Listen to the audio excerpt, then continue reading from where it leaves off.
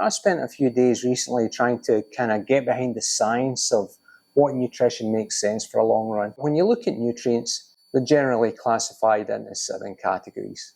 You've got carbohydrates, fibers, fat, protein, water, minerals and vitamins. The last 2 are micronutrients and the first 5 macronutrients. Macro just meaning you need a lot and micro you need a little. Fibers are a subset of carbs, but they're usually broken out as separate because they don't break down in your body like other carbs do, and they basically perform a different function. So let's talk about the energy use part of a run first, and then we'll do the repair part at the end. And for energy, we're using fat and carbs, and we're expelling water with minerals in it as part of that conversion process. How much fuel are we burning in a run? Well, here's the key point. If you're burning fat, it doesn't matter. For the purposes of a run, for any distance, your fat stores are unlimited. Let's just take one example. Imagine you burn 700 calories running for an hour. A calorie is just a unit of energy. There are 3,500 calories in a pound of fat. But you don't burn all fat, you burn carbohydrate too. But just imagine for a minute you do burn all fat. Let's say you weigh 180 pounds with 18% body fat. That gives you 32 pounds of body fat. You could run like all day, all night, all the next day and still have plenty of body fat in it. So the takeaway here is you don't need to add fat before, during or after a run. But unfortunately, here's the catch. As I mentioned earlier, you're not always burning fat. Some runs or some parts of runs, you'll burn carbohydrate and your carb stores are much lower. When and how do you burn carbohydrate rather than fat? Well, firstly, there's more bang for your buck with fat than there is with carbohydrate. There are 9 calories in a gram of fat and only 4 calories in a gram of carbohydrate. So when it can, your body will use fat as a fuel source. But there are 2 big downsides of fat as a fuel source. Number 1, your body is slower at turning fat into energy than it is carbohydrate. And 2, it uses more oxygen to do that. So as long as your need for energy is slower than your production of it from fat, and you've got plenty of oxygen available, then you're good. You'll burn a good proportion of fat. That's why you'll see charts in the gym or on the treadmill with fat burning zone, and that's at the lower heart rates associated with running slower when you're getting plenty of oxygen and you're not demanding energy as quickly as you do when you go fast. But once you speed up, you need energy quicker and you're using up more and more oxygen. So there comes a point where fat just can't get delivered quickly enough and your body increasingly turns to your carb stores. Why is it quicker to use the carb stores? Well, unlike fat, most of those stores are adjacent to the muscles that need them. And also, they're in the form of glycogen, which is quickly convertible into the energy that you need. However, as I mentioned, these stores are much more limited. An active, healthy person has about 500 grams in their skeletal muscles and 100 grams in their liver stores. So let's do some rough maths with these numbers. Every gram of carb has around 4 calories. So with 600 grams of stores, you should have 2,400 calories available. The problem with carbohydrate stores is that the glycogen stored in your muscles is only available for local use in the muscle cells that it's stored in. So it's only the 100 grams of glycogen stored in your liver that's available for general distribution. So in short, you can't access all of your stored glycogen for a run. Okay, but how much can you access? Well, a better question is, which muscles will run out of glycogen first? And clearly you're using your leg muscles more in running, so it's them. If your leg muscles run out, it doesn't really matter if you've got plenty in your arms and your chest. How much of your glycogen is stored in your leg muscles then? Well, apparently as a male, it's between 14 and 27.5%. And for a female, between 18 and 22%. So let's call that 20% an average and do some more maths. That would give us 20% of 500 grams, which is 100 grams of usable leg muscle glycogen storage and 100 grams of our liver glycogen storage. That's only 800 calories available from carbs. When does that mean we run out during a run? Well, to figure that out, we need to get a bit more accurate on what percentage of our total fuel burn is going to be coming from carbs.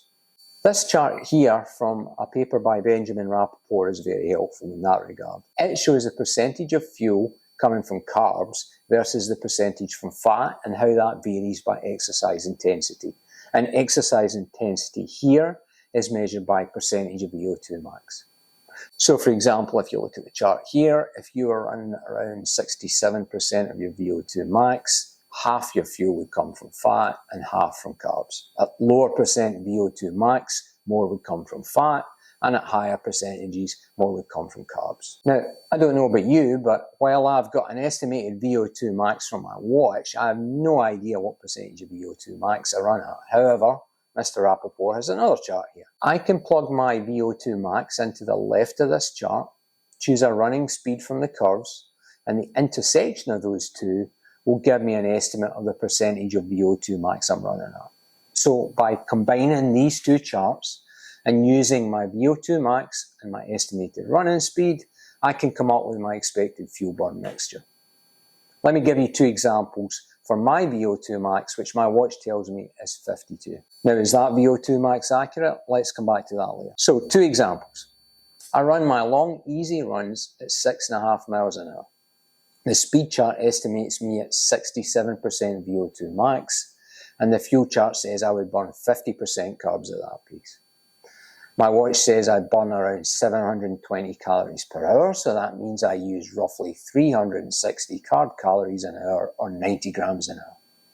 As another example, I ran my best marathon time at just under 7 miles per hour. So that's my marathon race pace. The speed chart estimates me at 70% VO2 max, and the fuel chart says I would burn 53% carbs at that pace. My watch tells me I'm burning more calories at that speed, 755 calories an hour. So that meant I would use roughly 400 calories an hour of carbs, or 100 grams an hour. So now I've got a carb estimate of between 90 grams and 100 grams per hour for longer runs, depending on the type of run that I'm doing. So what can I do with that information? Well, let's go back to what my carb stores are to start the run.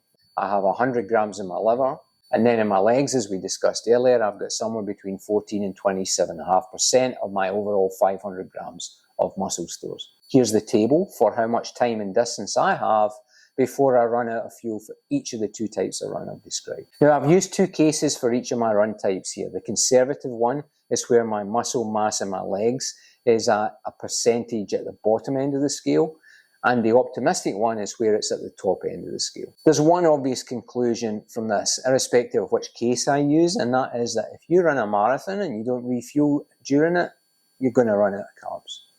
That's what hitting the wall is. Your body will have to resort to all fat burn, and that's a really inefficient way of burning fuel, and you'll drastically slow down as a result. But how do you plan for how much to take and when? Well, I think a good and prudent approach is to start with the conservative case I used here as your base.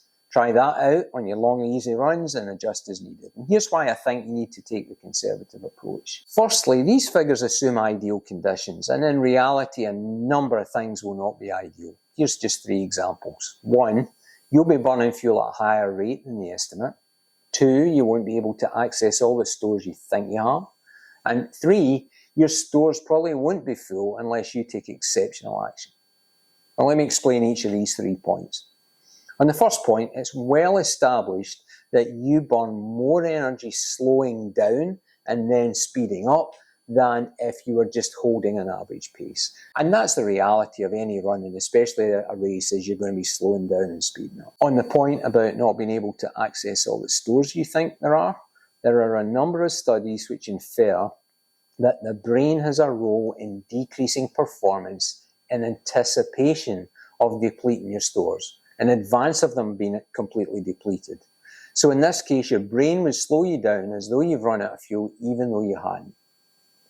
And then finally, on the tank being full point, let's take a car analogy. How often is your fuel tank completely full at the start of a journey? Like only when you make a point of filling it to the brim, right?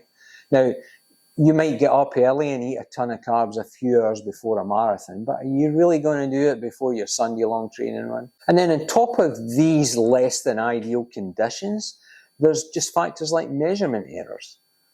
Just one example again. What if my watch is wrong and my VO2 max is actually lower? It's a whole other video, but watch VO2 max scores are imputed, not measured, and are unlikely to be accurate. Example from my own experience, I had a VO2 max test last summer that put mine at 45, not 52. Now, I was only a couple of weeks off light COVID, but even if it was, say, 48, not 52, that would mean I'd be burning 60% carbs instead of 53% carbs at my marathon race pace. So for all of these reasons, I think it's best to take the conservative approach, and in this case, it puts my usable fuel capacity at 170 grams. So what does that mean for my fuel intake during a run? The usual recommendation you'll see is somewhere between 30 to 90 grams an hour. Some people will say 120 grams an hour. But most sites settle on a 60 gram per hour recommendation. So let's do the maths again and see if that works for me. I start with 170 grams of usable carb. I eat 60 grams an hour for a 3-hour, 45-minute marathon, and I start fueling 15 minutes before the race, so that gives me 4 hours worth of fueling. So overall, that would give me 410 grams total, or 1,640 calories supply. Now, depending on my actual VO2 max in the range, say 48 to 52, I'm burning between 400 and 453 carb calories an hour. So I need between 1,500 and 1,700 total. In short, I'm cutting it fine. And that's been my experience.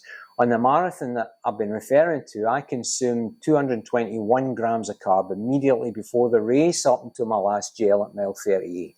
Now, I'd meant to take another gel at mile 40, but I just couldn't stomach it. Up to that point, I consumed a water carb mix plus 9 gel packs, and my stomach just couldn't take any more. So theoretically, in that run, using my conservative store's assumption of 170 grams, I should have run out of carbs. What saved me, I believe, on that day was what I did the week before the marathon. Here's what I ate the week before. As you can see, I was consistent around 31 to 3,200 calories per day.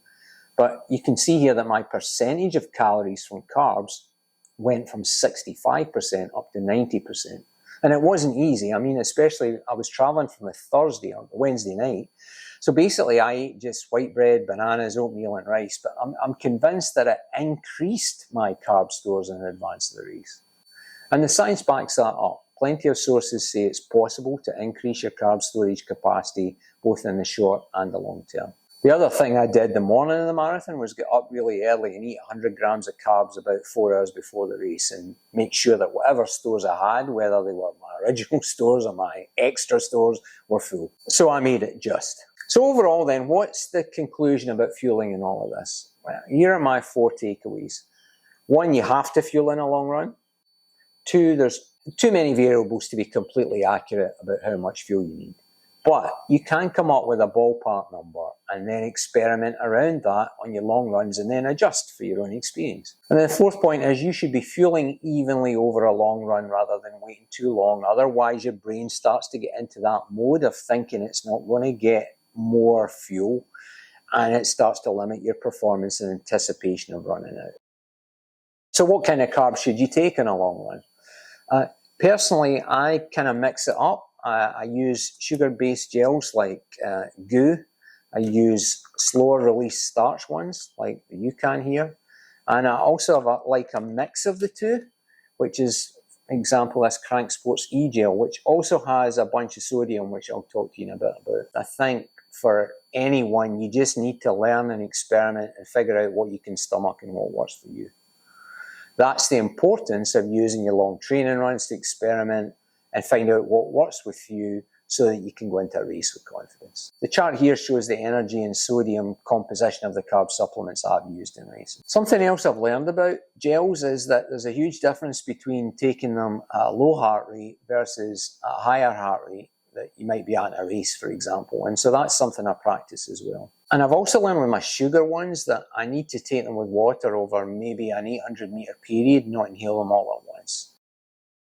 So that neatly brings us on to water and mineral loss and intake during a long run or a race. And the two are related, so let's start with minerals. What minerals does your body use? Well, the US Department of Agriculture has got a cool tool. It's a dietary reference intake calculator that, based on your age, height, and weight, will give you a recommended and a tolerable intake of minerals per day.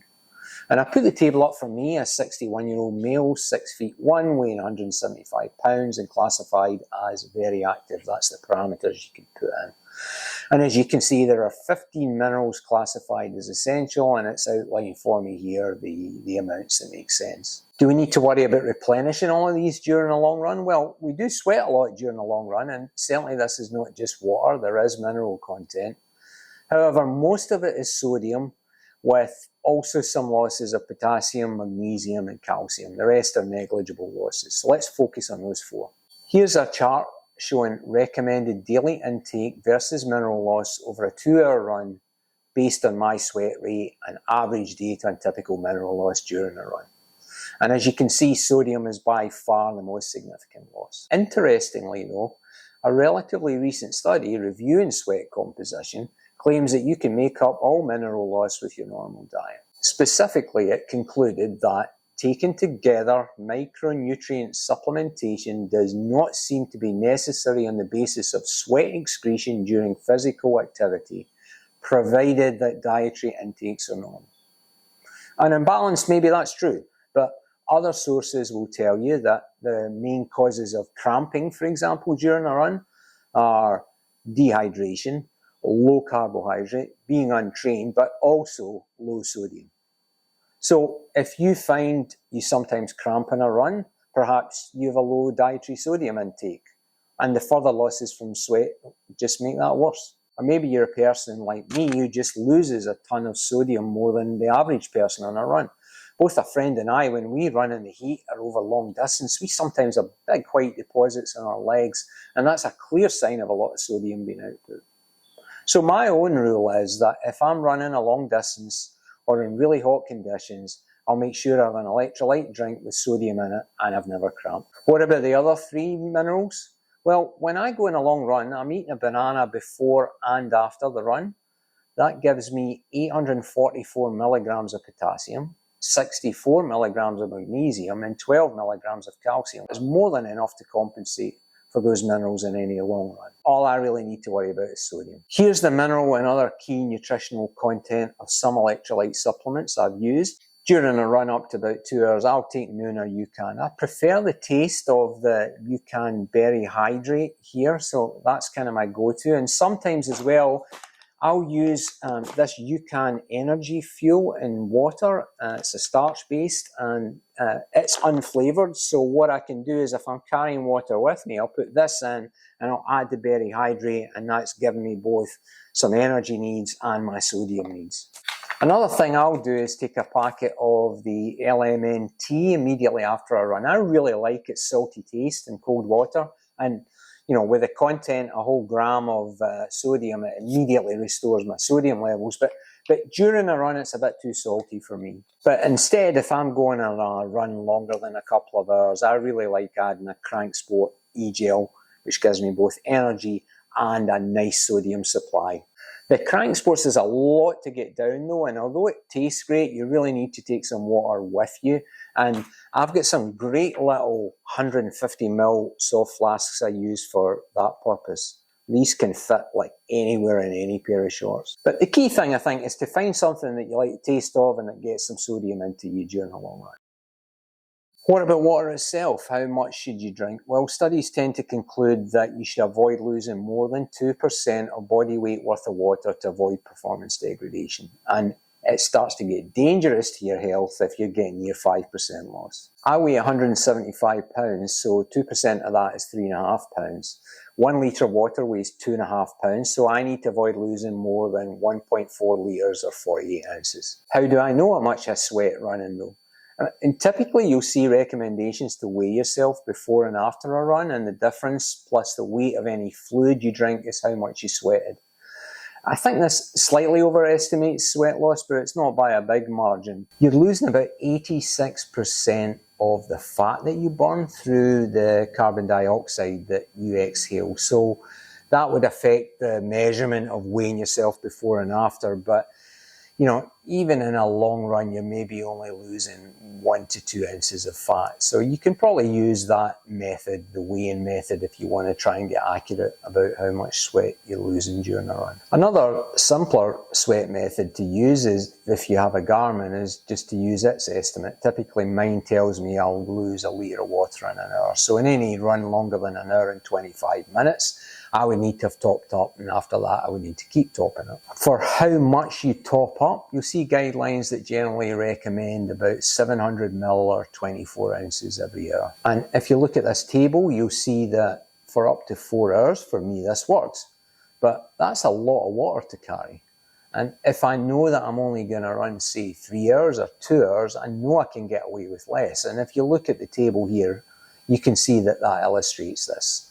On a 4-hour run, I'm drinking 700 ml or 24 ounces per hour, whereas in a 2-hour run, it's 400 ml an hour or 14 ounces. And in a 90-minute run, I'm only carrying 300 ml or 10 ounces. My reality in Florida, though, and especially in the summer, is that I'm losing a lot more than a litre an hour. I think in the cooler weather, like we've got now, I think these calculations are accurate. So I definitely think it's worth taking the time to estimate your own fluid loss rate and calculate your water needs accordingly, so you're not carrying more water than you need on a run. And there's also a whole bunch of literature on the dangers of too much water. Look up hyponatremia if you want more background on this. But I think though, with some basic calculation like we discussed here, combined with taking some sodium in long runs, the dangers of this for us casual runners are minimal. So that's the whole energy process. I talked at the beginning about muscle repair needs post-run, and this is all about getting some protein. What's going on here? Well, consuming protein after exercises assists in a process called protein synthesis, which releases the amino acids that proteins are made up of. These amino acids are the key components in the repair and the rebuilding of muscle tissue. So why not just consume amino acids? Well, you can actually, but that's the subject for another video. For now, I'll just stick with the general guidelines to take 20 to 25 grams of protein in a post-run snack. So those are my recent experiences and investigations into nutrition on the day of a long run. I've put reference to some of the papers I've read in the notes if you want to read some more on the subject. Kind of like I did with running shoes at the start, I was all over the place when I started running, buying lots of different kinds of gels and electrolytes and powders, and now I think at least I've got a bit of a better grasp on what I need to take and what I don't need to take, and what works for me. I hope you've enjoyed this video and perhaps it's even been of some use to you. If it has, please give me a like and consider subscribing to An Old Man Running. Thank you.